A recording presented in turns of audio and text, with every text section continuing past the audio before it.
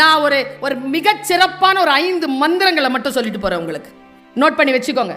உங்கள்கிட்ட power and peace, சக்தி, அதிகாரம், மன நிறைவு, இந்த ரெண்டும் வந்து ரொம்ப பெரிய விஷயங்க. வெற்றி அமைதியும் சேர்ந்தே வராது. ஒரு கூட்டத்தில் நடந்தது. இவர் இருக்கிறார்ல தென்கட்சி சுவாமிநாதன், அவர் வெற்றி பின்னாலெல்லாம் ஓடாத, அமைதியாயிரு, நிறைவாயிருன்னு பேசி உட்காந்துட்டாரு.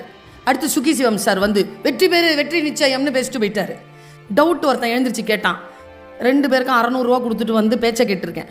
காலையில் இந்த ஆள் வெற்றிக்கு பின்னால் ஓடாத, அமைதியாயிருன்ற, இவர் வெற்றிக்கு பின்னால் ஓடுங்கிற, நான் எதை கேட்குறது? அதுக்கு சுகி சிவம் எழுந்திரிச்சார் பதில் சொல்கிறதுக்கு. அவரை உட்கார வச்சுட்டு தென்கட்சி சாமிநாதன் சொன்ன பதிலை சொல்கிறேன். வாழ்க்கையில் வெற்றியடைய வேண்டும் என்றால் சுகி சிவத்தை பின்பற்றுங்கள், மகிழ்ச்சியாக இருக்க வேண்டும் என்றால் என்னை பின்பற்று சொல்லிட்டு உட்காந்துட்டாரு. அவர் இறக்கிறதுக்கு முன்னால் சேலம் ஜங்ஷனில் சந்திக்கிறேன் அந்த பெரியவரை. நாங்கள் அந்த ரவுண்டாக இருக்கோம், அங்கே இதில் உட்காந்துட்ருக்கோம். அந்த தூண் ஒன்று, இரும்பு தூண் பக்கத்தில் உட்காந்துருக்கோம், பில்லர், அந்த பில்லர் பக்கத்தில் உட்காந்துருக்கேன். வந்து அவர் உட்காந்துருந்தார். ஐயா வணக்கம், என்ன பருவி நல்லா இருக்கிறேன் உட்காரு அப்படின்னு. என்ன ஒரு சைக்காலஜி பசங்க எல்லாருமே என்னுடைய புத்தியை நோண்டி என்னை பற்றி ஒரு கேஸ் ஸ்டடி எழுதியிருக்காங்கம்மா, இப்போ தான் ரிசல்ட் வந்துச்சு, பார்க்குறியான்னு கேட்டார். சரி சொல்லுங்கள் சார்.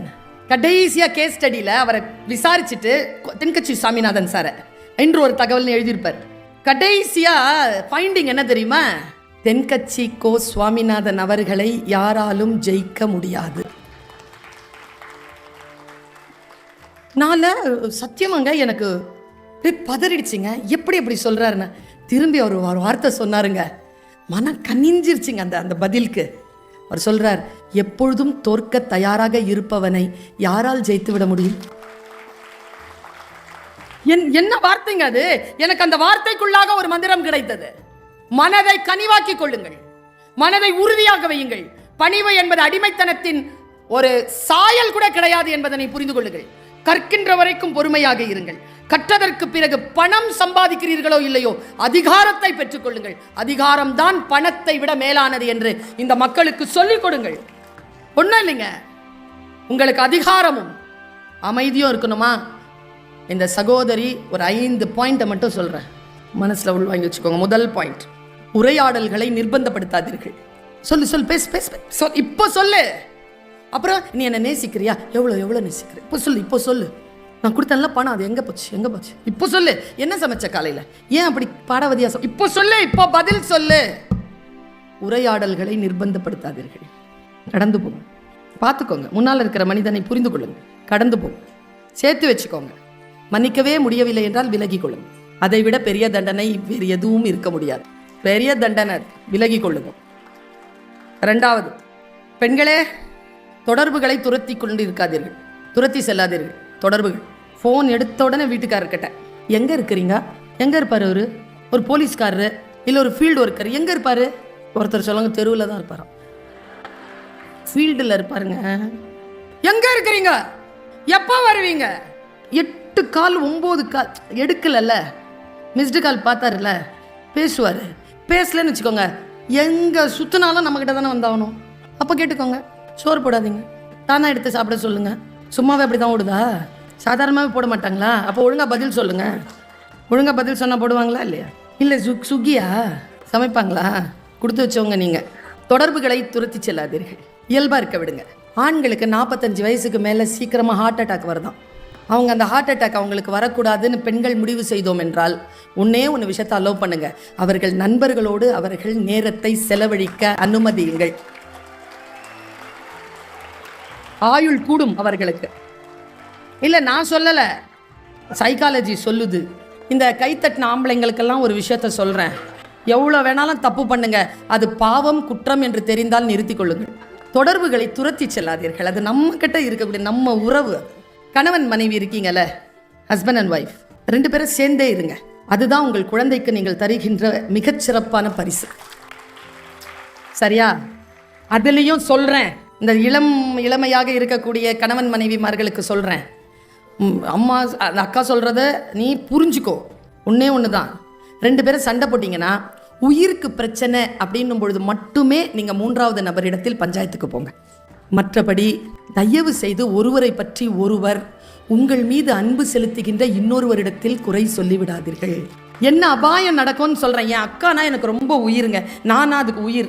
எங்கள் வீட்டில் என்னை ஏதாவது துன்புறுத்தினாருன்னா நான் அவன்கிட்ட போய் அக்கா என்னை இப்படி பண்ணிட்டாருக்கான்னு அவன் ஆரம்பிப்பா. ஐயோ தங்கத்தை எடுத்து தரையில் போட வச்சிட்டானே உனக்கு. இப்போ நான் முதல்லையே சொன்னேன் இது வேணான்னு சொன்னேன், எனக்கு தெரியும் அவன் இப்படி பண்ணும். ஒன்றும் பண்ணியிருக்க மாட்டார், ஏதோ எரிச்சலாக ஏதோ ஒரு வார்த்தை சொல்லியிருப்பார், அதுக்கு நான் அங்கே போய் சொல்லியிருப்பேன். என்ன காரணம்னா விஷயம் இவ்வளோதான், ரொம்ப சிம்பிள். உங்கள் மீது அன்பு கொண்டவர்கள் உங்கள் மீது செலுத்துகின்ற அன்பின் விளைவால் உங்கள் குடும்பம் துண்டாகி விடுவதற்கு வாய்ப்பு உண்டு. ஒன்று செய்கிறீங்களா, பளிச்சுன்னு சொல்லிட்டு போகிறேன். புருஷன் பொண்டாட்டிக்கு மத்தியில் வரக்கூடாதவர்கள்னு ஒரு பட்டியல் கொடுக்குறேன், இந்த பேரை மட்டும் உள்ள சேர்த்துக்காதீங்க. ஒன்று நம்மளை பெத்தது, இன்னொன்று நாம பெத்தது, இன்னொன்று நம்ம கூட பிறந்தது, இன்னொன்று அதுங்களுக்கு வாச்சது, இன்னொன்று அதுங்களுக்கு எல்லாம் வாச்சதுனால நமக்கு வந்து வாச்சது. இதுங்களை உள்ளேயே விடாதீங்க, பேசி தீர்த்துக்கோங்க. என்ன சொல்கிற, கோபம் இருந்துதா, ரொம்ப துன்புறுத்துறாங்களா, சேர்த்து வச்சுக்கோங்கிற. நான் எங்கே போயிட போகிறாங்க, 60-65 வயசு ஆகட்டும், ஒன்றொன்னா எடுத்து அப்புறம் பார்த்துக்கலாம். குடும்பத்தை மட்டும் பிரிவதற்கு, கணவன் மனைவி பிரிவதற்கு ஒருவருக்கு ஒருவர் காரணமாகி போகாதீர்கள். குடும்பம் சேர்ந்தே இருக்கட்டும், சரியா? உறவுகளை தொடர்புகளை துரத்தி கொண்டே இருக்காதீர்கள். Just give them some space, கொஞ்சம் ஸ்பேஸ் கூட. நீங்கள் அமைதியாகவும் அதிகாரத்திலையும் இருக்கணும்னா. மூணாவது, நான் யாரு தெரியுமா, உங்கள் தகுதிப்பாடுகளை சொல்லிக்கொண்டே இருக்காதீர்கள், அதிகாரம் வரவே வராது. நாலாவது, யாராவது ஏதாவது கேட்டாங்கன்னா உடனடியாக பதில் சொல்லாதீங்க. டோன்ட் ஆன்சர் இன்ஸ்டன்ட்லி, கொஞ்சம் கேப் எடுத்துட்டு சொல்லுங்க. அடுத்து, உங்கள் உழைப்பை எல்லோருக்கும் எப்போதும் தந்து கொண்டே இருக்காதீர்கள், சரியா? Have limits. உங்களுக்கென்று, உங்களுடைய வாழ்க்கைக்கென்று சில விஷயங்களை நீங்கள் முன்னெடுத்துக் கொள்ள வேண்டும் என்று நான் நினைக்கிறேன். இந்த மனசு இருக்குல்ல, எல்லாத்துக்கும் அதுதான் காரணம். உள்நிலை நிர்வாகத்தை சரியாக வைத்துக் கொண்டிருக்காமல் புறநிலை நிர்வாகத்தை சரிப்படுத்த முடியாது. நான் சொல்லுவதை புரிந்து கொள்ளுங்கள். நமக்குன்னு உள்ள ஒரு நிர்வாகம் இருக்குல்ல, அந்த நிர்வாகத்தை சரி பண்ணுங்க. நான் இப்போ 2 மைண்ட் கண்டிஷனை மட்டும் சொல்லிட்டு போறேன். மைண்ட் கண்டிஷனிங்னு ஒரு வார்த்தை இருக்கு, நிபந்தனைப்படுத்துதல், மனதை நிபந்தனைப்படுத்துதல். இப்போ உதாரணத்துக்கு, நான் பேசுறதுக்கு இங்க வந்தேன், கவனிக்கிறீங்களா எல்லாரும்? உங்க மைண்டை இப்போ கண்டிஷன் பண்ற பாருங்க. நான் பேசுறதுக்கு இங்க வரத்துக்கு முன்னால அருண் சார் கிட்ட கேட்டேன், சார் எனக்கு ஒரு லெமன் ஜூஸ் வேணும் சார். லெமன் ஜூஸ் கொண்டாந்து வச்சார். அவர் ஜூஸ் வச்சுட்டு பக்கத்துலேயே ஒரு லெமன் வச்சார்.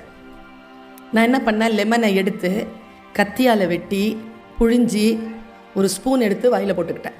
இப்போது போட்டுக்கிட்டது நான், உங்கள் வாயில் உமிழ்நீர் இருக்கிறதா?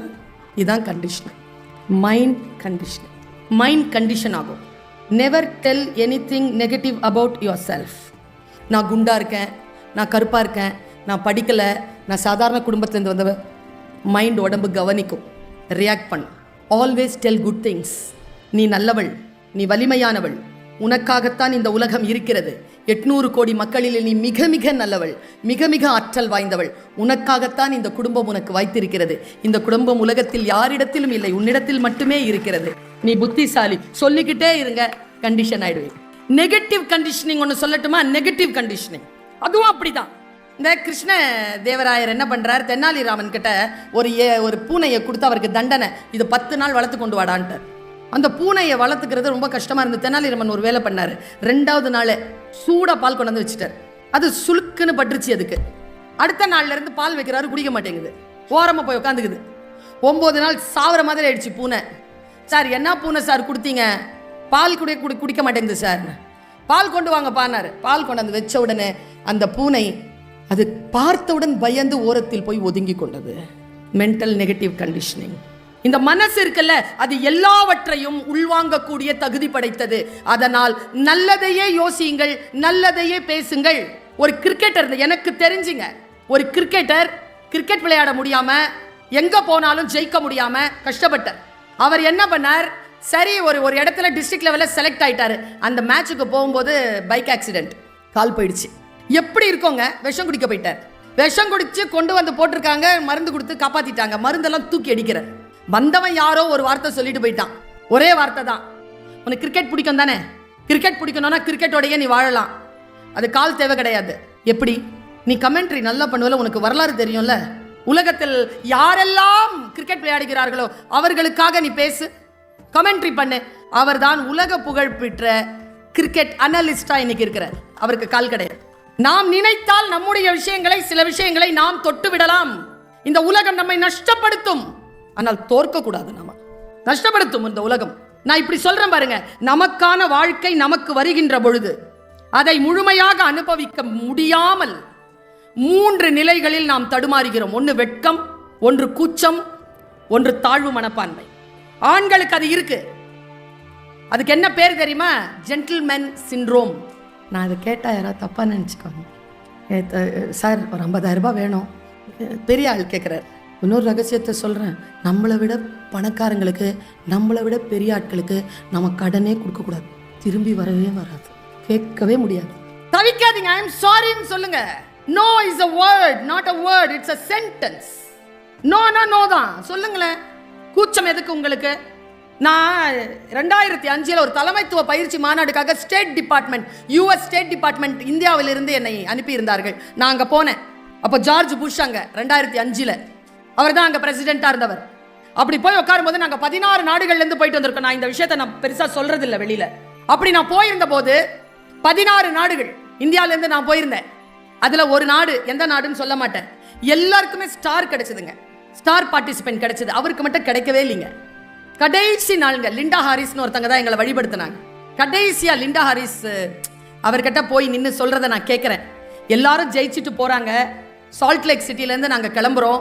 நீங்கள் ஸ்டார் வாங்கிடணுமே. ஐ வில் ட்ரை அப்படின்னாரு அவர். எப்போ சொல்கிறாரு? அன்னைக்கு சாயந்தரம் 6 மணி செஷன் முடிஞ்சிருச்சு. அடுத்த நாள் வேலிடிக்டரி சர்டிஃபிகேட் வாங்கிட்டு எல்லாருமே ஃப்ளைட் ஏற வேண்டிதான். நடந்த விஷயத்த சொல்கிறேன். உங்களில் யாருக்கேனும் ஏதேனும் மாற்றம் வருகிறதான்னு பாருங்க. ராத்திரிக்கு என்ன சாப்பிட்றதுங்கிறத எங்ககிட்ட கேட்பாங்க. நாங்கள் குறித்து கொடுக்கணும். என் பக்கத்தில் இருந்தவர் என்ன குறித்து கொடுத்தாருன்னா, அந்த ஸ்டார் வாங்காத ஆள் இடியாப்பமும் மீன் குழம்பும் குறித்து கொடுத்தார். ஸ்ட்ரிங் ஹாப்பர், ஃபிஷ் கறி குறித்து கொடுத்தார். நான் சப்பாத்தி, சிக்கன் டிக் பண்ணுற. அடுத்தவங்களுக்கு பார்ப்போம்ல என்ன பண்ணியிருக்காங்கன்னு சொல்லிட்டு. ஒருத்தங்க நூடுல்ஸ், ஒருத்தங்க பாஸ்தா, அது இதுன்னு சொல்லிட்டு அந்தந்த நாட்டுக்கு ஏற்ற மாதிரி சொல்லியிருந்தாங்க. இவர் ஃபிஷ் கறியும் ஸ்ட்ரிங் ஹாப்பர் சொல்லியிருந்தார். சரி, எல்லாரும் போயிட்டோம். அவங்கவுங்க ரூமுக்கு போயிட்டோம். ஹில்டன் ஹோட்டலில் தான் போட்டிருந்தாங்க, பெரிய ஹோட்டல். போயிட்டு சாப்பிட்டுட்டு அடுத்த நாள் எல்லாரும் ரெடியாக வந்து உட்காடுறோம். அந்த வேலிடிக்டரி ஃபங்க்ஷனில் அந்த அம்மா எங்கள் எல்லாருக்கும் சேர்த்து கிளாஸ் எடுத்தது. எது லீடர்ஷிப்? நீங்கள் உண்மையிலேயே தலைமைத்துவத்தில் இருக்க வேண்டும் என்றால், மாபெரும் சபைதனில் நீங்கள் அப்படி நடந்து வரணும்னா, எல்லாரும் உங்களை புகழணும்னா, உங்ககிட்ட என்ன குணம் இருக்கணும்? அந்த குணங்களில் ஒரு குணம், மிக முக்கியமான குணம் என்னன்னா, வீடியோ போடுதுங்க அந்த அம்மா. அந்த ஆள் உள்ள சாப்பாடு டேபிள் நகர்த்திட்டு வராங்க. உள்ள ஒருத்தர் வராரு. இந்த ஸ்டார் வாங்கலைல்ல, அவருடைய ரூம் திறக்குது. அவர் உள்ளே கூப்பிடுறாரு. உள்ளே கூப்பிட்ட உடனே சைன் பண்ணி அனுப்பிச்சிடுறாரு. அவ்வளோதான். அதுக்கப்புறம் எதுவுமே பேசப்படலை. கிளியரன்ஸ்க்கு வராங்க, கிளியரன்ஸ் எடுத்துகிட்டு போயிட்டாங்க. அவ்வளோதான். அந்த அம்மா கேட்டுச்சு, உங்களுக்கு என்ன சர்வ் பண்ணப்பட்டுச்சின்னு. அவர் சொன்னார், சிக்கன் அண்ட் சப்பாத்தின்னு சொன்னார். நீங்கள் என்ன ஆர்டர் பண்ணியிருந்தீங்கன்னு கேட்டார். நான் ஸ்ட்ரிங் ஹாப்பர் அண்ட் ஃபிஷ் கறி சொல்லியிருந்தேன். அது வந்ததா? வரல. உங்ககிட்ட தானே கேட்டாங்க என்ன வேணும்ன்ட்டு, நீங்கள் தானே நோட் பண்ணி கொடுத்தீங்க. அது வரலல்ல, அது வரலன்னு ஏன் நீங்கள் கேட்கல? கொடுத்ததை சாப்பிடுவீங்களா? ஒரு லீடர் தான் எதை நிர்மாணித்து விட்டானோ, எதை தீர்மானித்து விட்டானோ, அந்த தீர்மானித்ததிலிருந்து ஒருபோதும் அவன் தன்னை விலக்கிக் கொள்வதில்லை. நின்று எதிர்த்து அதை கேட்டு அதற்கான கிளியரன்ஸ் வாங்காமல் அவன் அதை ஏற்றுக்கொள்வதே இல்லை.